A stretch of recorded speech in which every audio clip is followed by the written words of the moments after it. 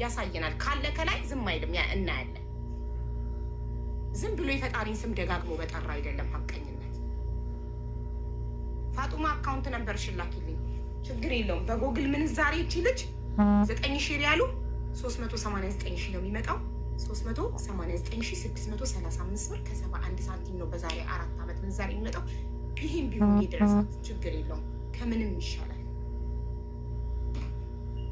ፋጡማ ካላወቀች ሀሊማ ፕሊስ አንቺ ላኪላት፣ የራሷን መሆን ያለብኝ። እሺ አካውንቷን ትንገርሽ ሰፈቃል እያየሽ ለምን አትነግሪሽ? በዋትሳፕ ልካልኝ ወደ አይመኒታ እኔ ፎርዋርድ ማድረግ ነው የምፈልገው። አሁኑ ጎረቤትሽ ናት፣ ቤቷ ሄዳችሁ ባንክ አካውንቷን እዚሁ ቤቷ አይደል ያለሽ? በቃ አንቺ መብራት አብሮ ጨልሟል፣ አትታዩ ነው አንዴ መብራት ቆጣሪ ስቶቭ ጎረቤት ይላል ናቁልኝ። እንደገና እዚህ ጋር ትንገረኝ ማገዝ የሚችል ሁሉ እዚህ ጋር 9600 ሰው አለ።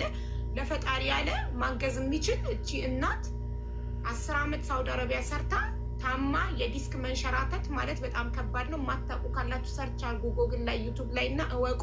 በጣም ከባድ ነው። ሶ ሚዲያ ላይ በስሟ ተለምኖላት 23000 ሪያል ግን የደረሳት 11000 ሪያል ነው። አይመኒታ ደግሞ 13000 የሰጧት 2000 ሰጥቻታለሁ። የቀረብኝ 9000 ብቻ ነው ብሎ ነው ያለው። ስለዚህ 2000 ሪያሉ ለፈጣሪ ሰተነው 9000 ሪያሉ በዛሬ 4 ዓመት ይታሰብልኝ፣ በብላክም አይደለም በጎግል ይታሰብልኝ እና በዛ ነው የምሰጠው ብሎ 9000 የሳውዲ ሪያል በጎግል በዛሬ 4 ዓመት ሳሰላው ጎግል ላይ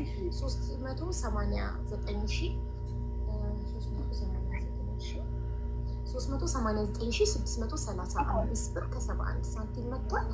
ያንን ነው ሰጣት ብሏል። ያንን አካውንት ሌላውን ለፈጣሪ ሰጥተነዋል። አይመኒታ አንተ ህሊናክን የማይወቅስህ ከሆነ እኔ የምሰጣት ገንዘብ ትክክል ነው ካልክ በላክ እኮ አላለም። ግን በዛሬ 4 ዓመት ምንዛሬ ይሁን ስትል እሺ አለኝ። ከዛ በሐዋላ ይሁን ስትባል እምቢ በጎግል አልክ። እቺ ሴትዮ በጣም ተጎዳች። 9000 ሪያል ለ9000 ሪያል 389 ብር ሲሰጣት እጅግ በጣም ጉዳት ነው አይደል? እኔ ሳሰላው ለምን ጉዳት ሆነ?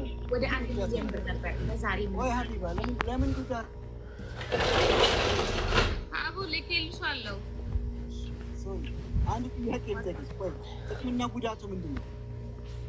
እዚህ ጋር እኮ ይሄ ብር የተሰበሰበው በጣም ጎደለባታ። ለሕክምና ነው እኮ ሴት የምትፈልገው ገንዘቡን አይደል እንዴ? ታውቃለህ። ሕክምናውን እንተው የለም።